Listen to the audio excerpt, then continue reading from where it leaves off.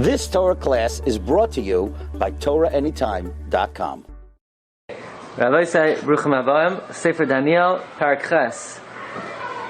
We were learning about the vision of Daniel, where Daniel saw, and we pointed out Daniel saw a vision about the Arba Golios, the Arba Malchios, more vivid than any of the other Nevi'im, where he lifted up his eyes, and in Pasuk Gimel we read that he saw an ayal that was standing by the Uval River, and the ayal had two horns, high horns, and one of them was higher than the next, but the second one was higher than the first. And we pointed out that ayal, we'll learn later today, Mirz Hashem, represents Paras Umadai. It was a dual Malchus, where the Paras, first came the Madai, which was only for 1 year, and then Paras came, which was greater than that. And then Daniel saw this ayal was goring to the south, to the north, to the west, and none of the animals were able to stand up to it, and it did as it pleased. And we pointed out that what does it mean, these different directions?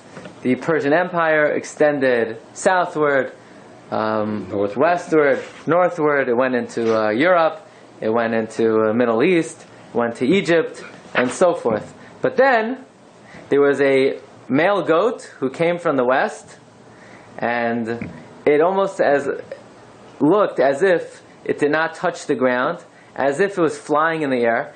And the goat had a very conspicuous horn on between its eyes, and we learned that this goat represented the Greek Empire, and it was so swift, it was so fast, it looked as if it was flying in the air, and it did not touch the ground, and it had a horn between its eyes, which implied that it was a malchus of great wisdom. Between the eyes refers to the mind, and it approaches the ram that was standing in the Uval River, and it runs to it with all of its force, and it reaches it, and they are embroiled in a bitter entanglement. It smacks the ram, it breaks both of its horns. The ram had no koyach to stand up to it.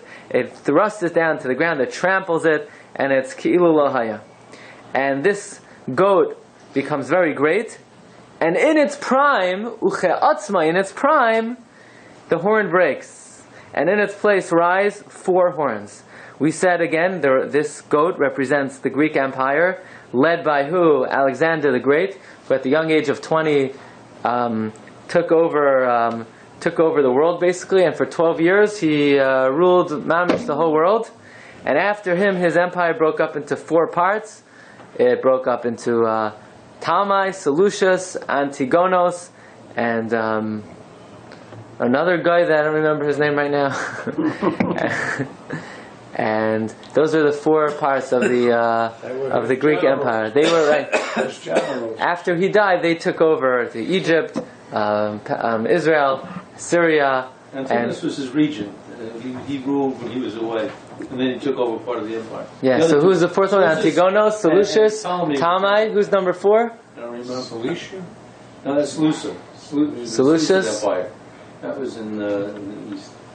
Okay. In any event, what happens? We're up to Pasuk Tes.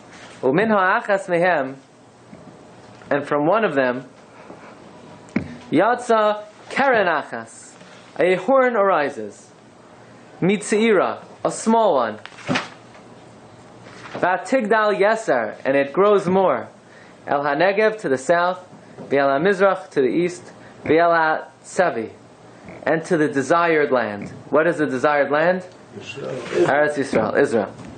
Now there's a big machlokes. What is this talking about? Again, this is an offshoot of the Greek Empire. What is this talking about? The Ibn Ezra learns that this is talking about Antiochus. Antiochus, of course, now there were a number of Antiochuses. It was Antiochus and then his son, and then Antiochus and his son. So Antiochus, he was according to the Ibn Ezra, Pasuk Tes is a reference to Antiochus. If you look at the Ibn Ezra, Hatam Mamlachas Achas Me'ela, one of these kingdoms, Yatsa Karen Ketana, the Mispar Tzva, V'hisha Haisa Be'eretz Yisrael Be'antuchya. He was in the land of Antiochus in Antiochia, V'hu Antiochus, V'gava al Malchus Mitzrayim, and it ruled over Egypt, Darom, La'eretz Yisrael, Kirochav Mitzrayim Me'akav. In other words, according to the opinion of Ibn Ezra, this is a reference to the reign of Antiochus under the Greek Empire. Rashi, however, disagrees. Rashi learns that this is in fact referring to the Roman Empire. Now it's very interesting. We learned that the majority view is the Roman Empire is a separate Malchus, right? That the Roman Empire is the fourth, the Greek are the third, and the Romans are the fourth.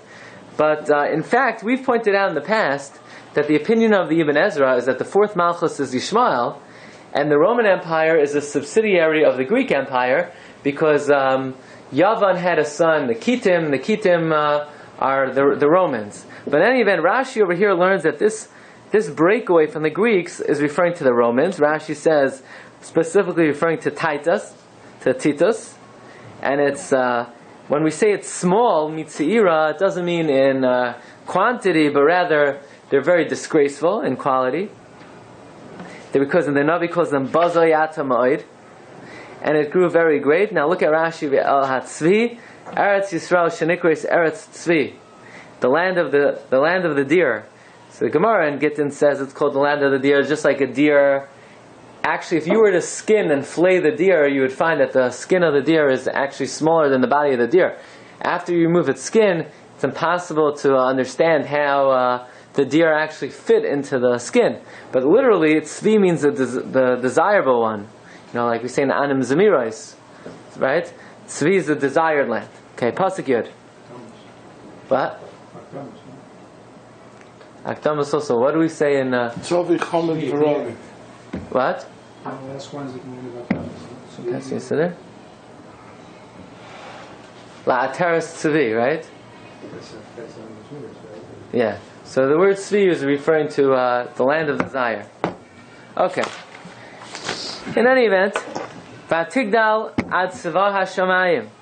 It raised up till the host of the heaven. Now, what does it mean, the host of the heaven? What is a host? What is a host?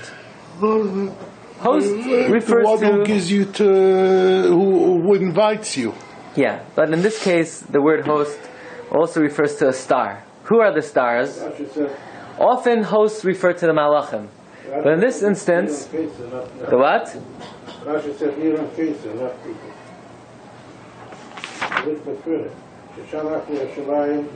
Okay, so yeah, that we're not up to that yet. But yeah, we're not up to that yet. Until now, when we say it was specifically referring to Titus, and we're going to see you're correct that we're going to bring in Nero Caesar.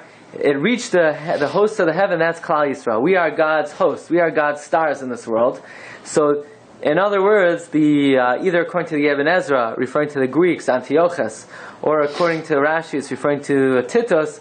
They did not just want to destroy the power of the Jewish people, but rather their intention was to uproot the Jewish people's role as God's hosts. Batapel arza, and they cast us down to the ground min hatzava, from the stars, umin ha'karchavim, vatirmisim, and they trampled us. Now, if this is referring to the Romans, it's very clear. The Romans. What's the difference between tzava and karchavim?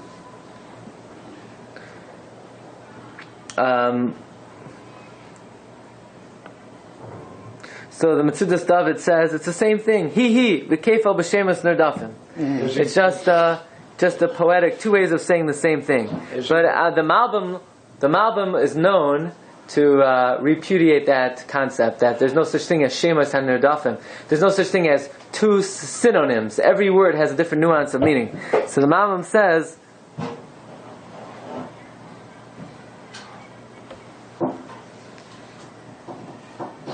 that there is a difference in nuance between Sava and Koichavim. Sava implies that they are the officers of God. They have a certain sanctified role, and as Koichavim, the nuance of Koichavim is that they're Matzdikei Harabim. Is he referring to Catholicism here?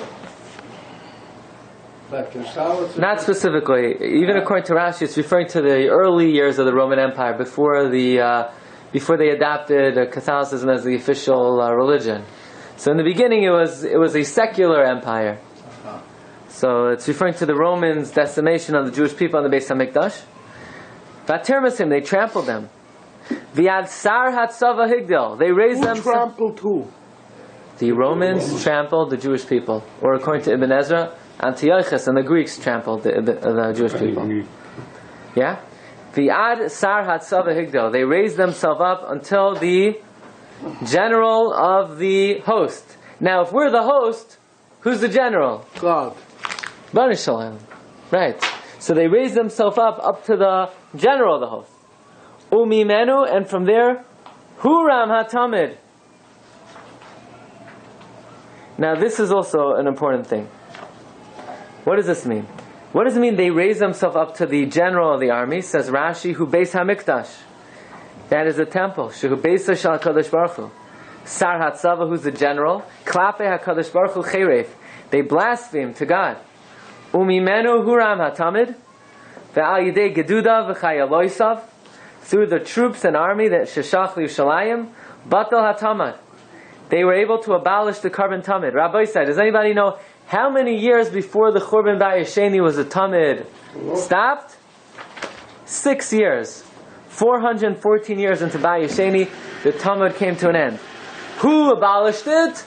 Mr. Sherman. Neron Kesar. Shesham. Neron Kesar. Shar Tzvai, like you see in the Gemara in Gittin. So according to Rashi, the word Huram means what? They uprooted the Talmud. They cast away the Talmud. The Malbim understands it differently. The Malbim understands it. Isn't Huram motion of raising up? Harain? Ah, good. So the Malbim wants to say, Huram, it could mean to remove, right? You remove something by lifting it up. But literally it means to raise up, like Lehisroimim. So it says the Malbim, according to the Ibn Ezra, that we're dealing with the Greeks, and the Greeks put an end to what? The carbon Tamid. Not 6 years before the Churban Bayesheni. In the times of the Chanukah, they put an end to the carbon Tamid. So al yidei the Chashmonaim, Huram HaTamid. The Tamid was raised back onto its formal pedestal. Right? The Malbim says, Shatamid shayabata adhena yidei yavanim nisraimim yidei kaich HaChashmonaim. Okay? V'hushlach mechayin mikdashay. Rabbi say, it's very interesting. Just a thought came to my mind that in the times of Chanukah, before the Chashmonaim restored the Avodah came to a halt. The Kohanim were not able to do Avodah in the Beis Hamikdash. Even before then, the first thing they did was they stopped the Tamid. They stopped the Avodah. The Bach says, why? What did Klal Yisrael do that warranted that the Avodah should stop? So the Bach says, when we're nisrashel in the Avodah, when we're weak, when we're lackadaisical in Avodah Hashem, especially in the Beis Hamikdash, so mida k'neged mida, God says, you're being lax in the Avodah, I'll take it away from you. Then the Kohanim, how did they rectify that? Lax in the Avodah. We did it. No question, we did it. But it was not with the Zrizus that it once was, and because of that, God took it away. And the way we were masaking that, the Bach says, were the Kohanim, the Chashmonaim, were Moiser Nefesh for the Avodah, and that's why in Chanukah we celebrate not b'mishta v'simcha, but rather l'hoidos u'lahalal. So you think about now, where you have these different movements at the Makam HaMikdash to sort of stop the Avodah, interfere with the Avodah. And you can't help but think that we only have one precedent in history where the Avodah stopped, and we know what the reason was. We know it's because we were Nisrashel ba'Avodah. So maybe it should make us think about what we need to do. That the tikkun for the times of Chanukah was we had to be mechazik in the Avodah. Okay. Yeah, we first learn how to be Klal Yisrael Ravens always there. Then we won't have this problem. But what comes first, the chicken or the egg? So much machlokas internally into Nisan warfare between Yeah, look, different, in the times of the Yevanim, there were many, many Mesyavnim. And, we were not held accountable, that these Mesyavnim, we should have drawn them close, we should have... It's us. It's those who are the Yereim Ushleimim have to, take a look at themselves and say, maybe we're not doing what we need to do, huh? They put them at Pesach in Beis Hamikdash. Yeah, they put it, and unfortunately today the same thing is happening. Okay, in any event, this is what happened. It was Huram HaTamid v'Hushach L'chaim Mikdash v'Tzava Tinasein Al HaTamid v'Fasha. Now here, Tzava means a time, deadline. Rashi says, Zman Moyed Nasan, a time was given. V'Tzava Tinasin, a time was given ala Tamid, for the Tamid, bifasha, to be exchanged for an abomination. V'Sashlich emes arsa. What's an abomination? Abomination is an avodah zarah. In other words, a time, God set a time. Now when this time comes, the Tamid will stop, and the avodah zarah will start. V'Sashlich emes arsa, truth will be thrown to the ground. V'Asasa, and they will act. V'Hitzlicha, they will be successful. Look at Rashi. Rashi says, "V'Tzava tinasein ala tamid b'fasha, uzman moyed nasan." A time was given liyos hatamid mesulak, that the carbon tamid should be removed b'shvil pesha shoymim, because of a mute abomination. Here avodas galilim. That's avodah zarah. Kolamer sheteheh avodah zarah nitenes b'Yushalayim. Idols will be placed in Jerusalem, Tmuras HaTamid, in exchange for the Tamid. V'chein hi kruya b'sefer hazeh b'chama mekaymes. Avodah zarah in this sefer is called in many places. Shenemar ad Mosai hachazon haTamid v'hapesha shoymi. Until when is this vision going to take place? And it says v'hapesha shoymim, and the mute abomination v'omer me'es husar haTamid.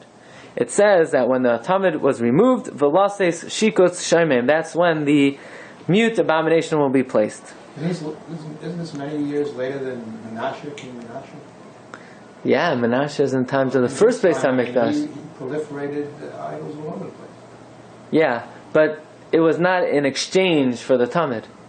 In other words, the Tamid was being brought simultaneously. The Nevuah of Daniel is that from the moment the Tamid stops, that is when avodah zarah will be installed. So when did that happen? 2 occasions in Bayesheni.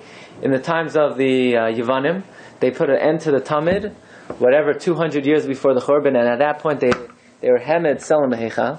And then again, 6 years before Churban Bayesheni, again the Tamid stopped, and again they installed an avodah zarah. So you're right, there were periods of avodah zarah in Eretz Yisrael, but here specifically, it's the moment the Tamid is removed, avodah zarah will be installed. That happened in the end of Bayesheni. We're specifically referring to the end of Bayesheni, according to others, in the times of Chanukah. Did Daniel live through this, or is he predicting? He's predicting this. It's unbelievable. We'll see. I read something this morning. You'll see a couple psukim. The predictions of Daniel of what's going to happen in 500 years from him. Right? He is talking about the Persian Empire. Now, the Persian Empire he lived through. He didn't live through the Greek Empire. Alexander the Great was hundreds of years after Daniel. Well, 300 years after Daniel, 200 years after Daniel. And he's predicting the Greek Empire will have one head and then in its prime break up into 4. I mean, how could anybody know that? Right? This is not like, When was Daniel written? You said it was written by the Anshe Knesset Gedolah. Anshe Knesset Gedolah, the beginning of Bayesheni, very beginning, right? So they're predicting someone from the Greek Empire will be great, and in his prime he'll break up into 4. Okay? So it's in 200 years from him. And Kachava exactly, right? It's amazing. Greek Empire, Alexander, 20 years old. In 12 years he's flying through the world. And then in his prime, suddenly he breaks up into 4. That was the prediction of Daniel, right? And here, it's not like sometimes you say, oh, that's how you shtup it into the words. This is open, right? It's open psukim. Tremendous chizuk in the Amunah and the Nevi'im. That here, Daniel is living in the times of Galus Bavel, during the Babylonian Empire. The Persians had just come to power. And he's telling you that the Greeks, who were nothing then, are going to conquer the Persians and then break up into 4 in the height of their power. Okay. So, Pasuk Yud Gimel. V'al echad kadosh medaber. Then I heard a holy one speaking. What does that mean? Who are the holy ones? The angels. So I heard one of the angels speaking. Vayomer echad kadosh. One of the holy angels said, La Palmoini, to a man by the name of Palmoini. Not a man, an angel. Now what is this name, Palmoini? Pliny Almoini. Palmoini is a compound word. It's two words together. Rashi says, Harei tevazu kishtayim. Pliny Almoini. And what does Pliny Almoini mean? Yonasan ben Uziel says in Shmuel, Kasi v'tamir, covered and hidden. Almoin, mibli shame, without a name. In other words, one malach is talking to an anonymous malach.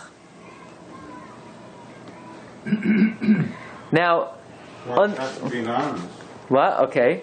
And not only was he anonymous, he was Hamadaber. He was the one speaking. In other words, until now, who was telling Daniel all of this vision? An anonymous malach. And now Daniel hears the anonymous malach speaking to one of the malachim. No, one of the malachim was speaking to that anonymous malach. Correct. Thank you. One of the malachim who was speaking speaking to, in other words, to the anonymous malach. Well, let me just clarify. I'm not retracting completely. I heard a malach say, who did he say to? The anonymous malach who was speaking in the past. In other words, the beginning of Perek Ches was said by an anonymous malach, and another malach is now speaking up and asking the anonymous malach. We're going to see the anonymous malach was the malach Michael, and the malach speaking to him is the malach Gavriel. Now in the hierarchy of malachim, which malach is greater? Michael is the greatest of all the malachim. And then comes Gamriel. Why? Michael is the malach of Klal Yisrael, and he's mamuna over Rachamim. So he's the greatest of all the malachim. Gavriel is the malach Hadin. And he, in the hierarchy, he's after Michael. Who's Matatron? Matatron, he's another malach. Is he pretty high? Yeah, didn't we have a Shiur where Michael was ranked lower? Then who? About, Chanoich? this in the Gemara. We had a whole discussion of different malachim and their ranking and what rights they had to Different say. kinds of malachim. You know. Michael is greater than Gavriel. Where Matatron ranks? Don't know. I believe there is an opinion that Michael is Matatron also. But we have to look at that again. But right now, the beginning of Perek Ches was stated by Michael, and at this point Gavriel is asking Michael a shaila. Now why is this malach anonymous? Why is Michael anonymous? And we're going to see Daniel never sees Michael, he only sees Gavriel, he only hears Michael. We're going to see Daniel was not roy to see Michael. Michael was such a great malach that Daniel was not roy to see him. By the way, if you look in Masech the Brachos, the Gemara says,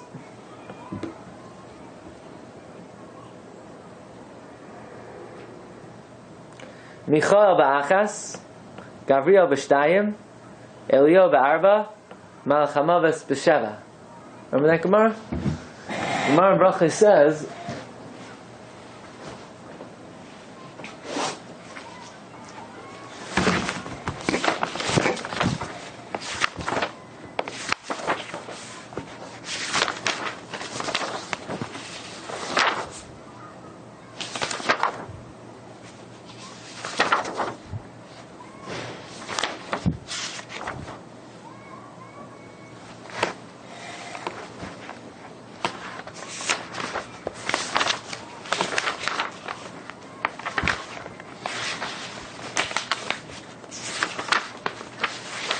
have all the pages here?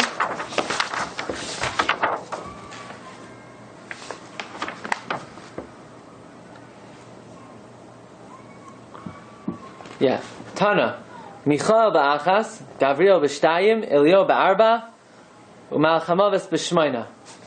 So what does this mean? Michael is one, Gavriel is two. He flies the world in one fly. Michael flies the world in one swoop, Gavriel in two swoops. Why? What's the chiluk? So Rashi says, faster jet engine. In Yonah, Michael is from Mayim, from the right side of God. He's on Rachamim. Gabriel is Eish, from the left side of God. He's Mamun al Din, like we find in many places. And because Rachamim is greater than Din, the Marsha says, so Koyach is given to Michael to do his shlichus in one swoop, and Gabriel has to do it in two swoops. Why in two swoops? Maybe in the meantime, person will do tshuva. Okay? That's an interesting idea. Memini Michael, U'mismali Gabriel, Milfanei Uriel, Me'achar Raphael, V'yal Roishi, V'yal Roishi, right? Yeah. Fine. So, Forget about Tanis a little bit. what do you say? So it makes you forget about the Tanis a little bit because it's very late. Usually you're feeling hungry. And you hear that, it makes you... So, Ad Masai Hechazain HaTamid. Gabriel asked Michael, when will this miserable vision of the Tamid, the HaPesha Shoimim, which will be substituted with the mute, abominable one, taste? When will it grant permission that V'kodesh V'tzava Mirmas, to be able to trample the sacred host? In other words, when will this happen? What do you mean to be able to trample the sacred host? Well, it means like this. Daniel just heard a nevuah. The nevuah was, a time has been set that the Tamid will stop and it will be supplanted by Avodah Zarah. So Gabriel is asking Michael, no, when is this going to be? When will this vision take place that the carbon Tamid is going to be supplanted by Avodah Zarah and permission granted that to be able to trample Klal Yisrael? When is this going to happen? Right? Rashi says that he's saying to Ploni HaMedaber, Lamalach Shahai Medaber, to the angel that was speaking. V'goizer Gzeros, and he was making decrees. V'tzava HaMoyed, he was setting the time, Tinasein ala Tamid B'Pasha, Ad Mosai HaChazain Hazeh. When will this vision be? Asher ala Tamid, which will be on the Tamid. Lios Mesulak, that the Tamid will be removed. The HaPesha Shomim Yeh Nosam Tachtav, and the mute, abominable one will be put in its place. Pesha Shoimim Avodah Zarah Me'avodas Kechavim Shoyeh Ke'even Doimim. Okay. What does it mean? Teis V'kodesh V'tzava Mermas. Rashi says Teis means loses, to give permission that it's Mechayna Mikdash, that the place of the base of Mikdash is Tzva Shamayim Asher Hipel La'aretz Mirmas L'Raglav. It will be trampled. So Rabbi say, what will happen? When will this happen? When will this happen? Vayomer Elai, Michael says, Ad Erev Boiker, until evening, morning. Alpayim, 2,000 years. Ushloish Meos, 300 years. Venitztak Kodesh, then the holy ones will be exonerated. 2,300 years from when? 2,300 years after an evening and a day and a morning. It don't say years, it could be days. Yeah, it doesn't say years, he's right. Tayomer Elai ad Erev, evening, Boiker, morning, Alpayim, 2,000, Shlosh Meos, 300. Could be 2,300 days. Maybe it's money, maybe it's dollars, maybe you have to give a certain amount of tzedakah. Erev, Boker, Alpayim, Shlosh, so you have 2,300 evenings and 2,300 mornings. Right? Ad Erev, Boker, Alpayim, Shlosh, Meos. 8 years. 2,300 days. Okay. 8 years. So, right, 2,300 years. What in the world is this talking about? Says Rashi, Ra'isi Peser B'Shem Rabbeinu Sadia L'Davar. I saw an interpretation from Reb Sadia Goin. The only problem is that interpretation has long passed. Right? And after his interpretation passed, Reb Sadia Goin said, take two. Let me interpret it differently. Until that evening comes, we trust that the word of God will stand forever, lo yufar, will never be annulled. So Rashi says, let me take a crack at it. Vani oimer ki ha'erev v'ha'boiker ha'omer kan gematriyahu. When we say erev u'boiker, it's a gematria. So you have to take the numerical value of Erev and the numerical value of Biker and add it to 2300. 574. What's Erev? 272 274 plus 302. What's 272 plus 302? 574, like I said, yeah. 574. 274, 374, 574. So now you have to add 574 to 2300. That's 2874. 2874. 2874 from when? Because we're no longer in the year 2874. 2874 from when we left Mitzrayim. Now, when did we leave Mitzrayim? We left Mitzrayim in the year 2448. 2448 plus 2874 also ain't doing you too good. That's for 52 something, right? 5322. That happened Long already. gone. Long gone. 400 and some odd years ago. But Rashi says, why do I like this pshat? To say Erev and Boker is Gematria? The answer is because if you say that, that would be in sync with another number given at the end of the Sefer. The end of the Sefer says in the year 1290. So the year 1290, from when the Tamid stopped, is exactly 2874 from the time we left Mitzrayim. So But still, it doesn't work. It didn't happen. oh yeah, but it's after Rashi's time.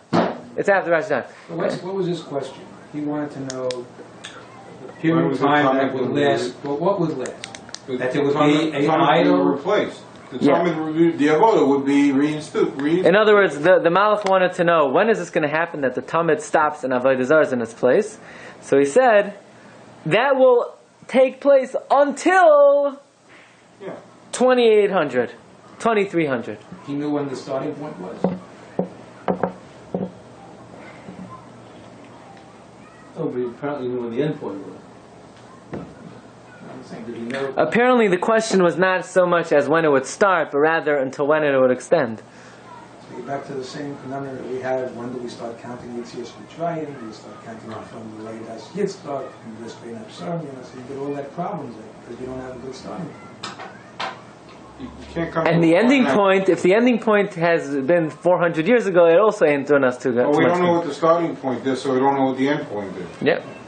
Can't figure it out. So let's see what Rashi's cheshbon is. Okay, Rashi's cheshbon is, why does Rashi want to say Erev and Baikar are numerical values? V'yeshmach ledavar. The allusion to the support of this is Mishnei Tamim for one of two reasons. Ha'echad sheyih cheshbon zeh mechuven and cheshbon acher sheb'seif hasefer. If you look in Perek Yud Beis of Daniel, there it gives you a date of what? 1290. 1290 years, right? Doesn't. Yeah, it says in Yud Beis Yud Aleph, Elef Yamim Elef 1,000 days, Masayim 290. Days refers to years over there. 1290. So that would be in sync with this. The thing is, you have to know when the to get to the 2874. In other words, if you count 1290 from the time the Talmud stopped, that would be equal to 2874 starting from Yitzias Mitzrayim. Yeah, but the end result is the Talmud wasn't reinstituted then. Correct. So now you have to either You have Erev to figure out Baker, that the starting point was wrong, either Erev Baker means something else entirely, or the starting point or you have to start from a different number. Chorban Bayesheni. Even then, it doesn't work, right? Well, 2874 from Korban Bayesheni. 2874 from Chorban Bayesheni, Well, that's in a very long time. That's in 3,000 years. What? That's going to be in 3,000 years. yeah, but It's going to be in 1,000 years. The world doesn't exist after 6,000. Elamai Bayis Rishon. So that's why, Sefer Daniel is Chasam V'Sas, and it's completely sealed. We have no idea. We don't understand. But We need a let's supercomputer to figure out let's- all the permutations coming. see Rashi. Let's see Rashi. Especially the contract. Let's see Rashi. Another reason why Rashi feels Erev and Baker is Gematria is because of the need that Daniel had to have Gabriel explain to him the meaning of Erev and Baker. Now, if Erev and Baker doesn't mean a numerical value and it's straightforward, Daniel would not have needed this explanation. Now look at the next Rashi. Let's see if we can figure this out. The Nitzda Kodesh, the holy ones will be exonerated. Yechupar Avon Yisrael, the sin of the Jews will be forgiven. Levato Gezerois, to abolish the decrees of Midrash son or Merav son, to be trampled and stepped on. Meyaz Golu, Golus Rishayna, Lemitzrayim, until, from the time they were exiled in Mitzrayim, Ad Yigalu, until we'll be redeemed, V'yoshiu Tshua Soilamim, and have an everlasting salvation. B'melech Mashiachenu, from King Mashiach. B'cheshbon Zeh Kala, this cheshbon will end, L'soif Elef V'reish Tzadik Miyoim Husar HaTamid. 1,290 years from when the Tamid stopped. V'hushanemar b'soif ha-sefer, that's what it says at the end of Sefer Daniel in Perek Yud Beis. U'me'es husar ha-tamid, k'dei lases, shikut shomim, yomim, elef, reish sadik, yeh, v'lo yoser, sheyavai ha-melech mashichenu, v'yoser shikut ha-shomim. Okay. V'ha-tamid husar, now listen to this. The tamid was removed, vav shanim, l'fnei ha-chorben. Ba'yesheni. Okay? 6 years before the destruction of the second temple, the tamid stopped. The Hemid Tzelem Behechal, at that point, the Tzelem was erected in the Heichal. What day of the year was the Tzelem put up in the Heichal? Shavasa B'Tammuz. V'yom Yud Zayin B'Tammuz, right? 2 weeks from now. Shavasa B'Tammuz. Shesaraf Apostamos Es HaTorah. Apostamos burnt the Torah. Ubatel Es HaTamid. The Hemid Tzelem Behechal. Kamay Sheshanina B'Msachas Tainas. Rashi says, how do I know 6 years before the Churban Ba'asheni? Maybe it was 5 years, maybe it was 4 years, maybe it was 17 years. Says Rashi, I have no explicit proof that it happened 6 years before Churban Ba'asheni. V'sheisham shekzati ein biyadi raya mefureshes, ach yesh raya sheshavua shalem loy batatum. One thing I know is it was not a complete Shemitah cycle that the Tamid stopped for. How do you know that? Why? Shekeni be Daniel al Titos. Because Daniel prophesied on Titus, V'chatzi hashavua yash b'zevach u'mincha, that for half of a Shemitah cycle, the carbon tamid won't be brought. Kiloimer miktas hashavua shlufnei achorban, for part of a Shemitah cycle, that definitely implies not a full one. So Rashi says, I could get away with saying it was 6. 6 is still half of a Shemitah cycle. I mean, it could have been part of one Shemitah cycle and part of another, right? You could have this continuous years. It wouldn't have been a full Shemitah cycle, but you could have had 4 years from one and 2 years from another. That would be 6 years, and it still wouldn't be a complete Shemitah cycle. So in that case, it could be more than 7 years. It could. Right? But I'm saying, so... But Rashi is assuming a Shemitah cycle means a 7-year cycle. So if that's the case, so then the Tamid could not have been abolished for more than 6 years. The Chazir Yashvir Zelach Mincha Kolamer Mikzas HaShavua Shalafnei HaChorban, for part of a Shemitah cycle before the Chorban, Yevadlu HaKarbanos Kach Mefurish Lamata Be'inyan. Okay, Nafsal Rishonos, let's get back to the beginning. Keitzan Mechuvan Cheshvan Erev U'Baiker. How are we going to calculate this Cheshvan of Erev and Baiker? Alpayim U'Shalosh Meos, 2,300 Miyoim Redas Yisrael Mitzrayim. You count 2,300 years from when we went down to Mitzrayim. What year was that? 210 before... Well, put it this way. Let's count, we went down to Mitzrayim. So, Liyos Kala L'Soif Ela Fareis Sadik, then that would be set to end 1,290 years. In other words, if you count from when we went down to Mitzrayim, so then 2,000...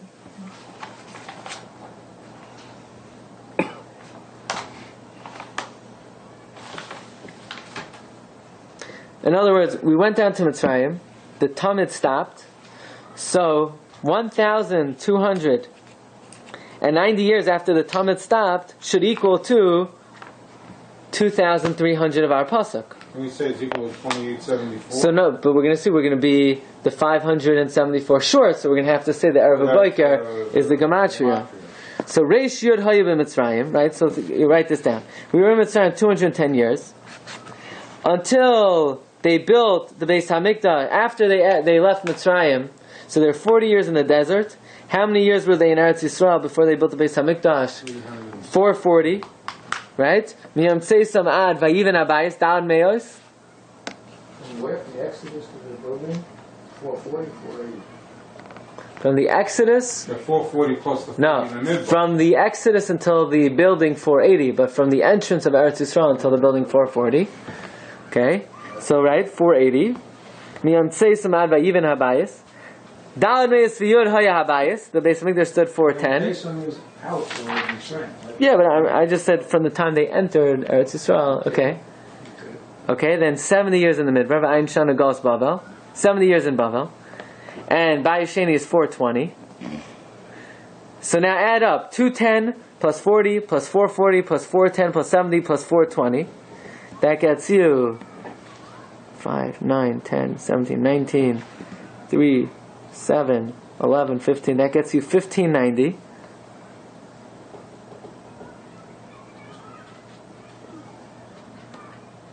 So it's supposed to come out to 1290, no?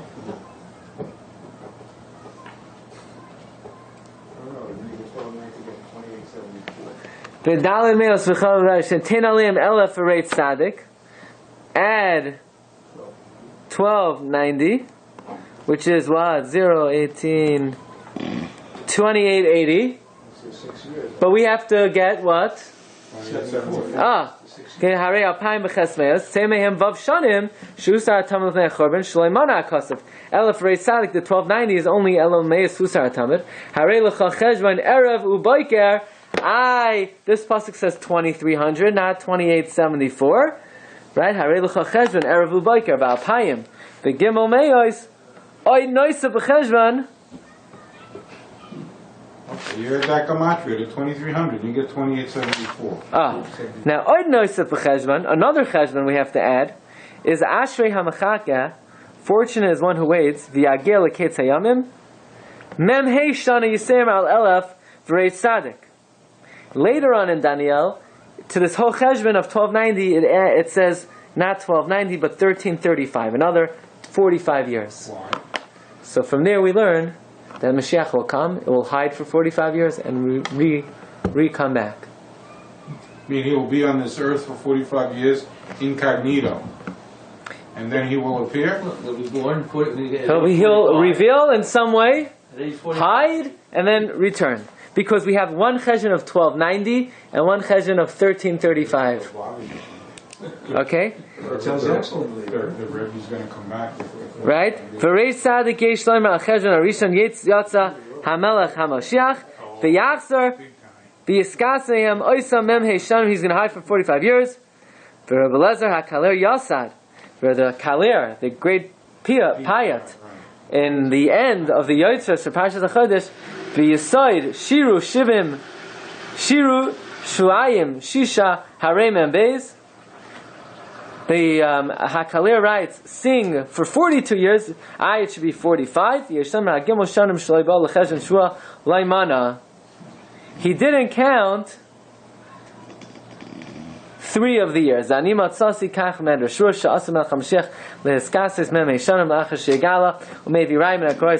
other words, Rashi now is dealing with a very important issue. And that is, at the end of Daniel, it gives you one cheshbon of 1290. Look at the end of the Sefer. The end of Daniel in Perek Yud Beis, Pasuk Yud Aleph, it says Elef Masayim B'Tishim 1290, and the very next pasuk says very nice 1290. But fortunate is someone who could wait to 1335. So what is it? Is it 1290 or 1335? The answer is it will come in 1290 and then come again in 1335. Now Rabbi say the cheshbon of Rashi gets you to the year of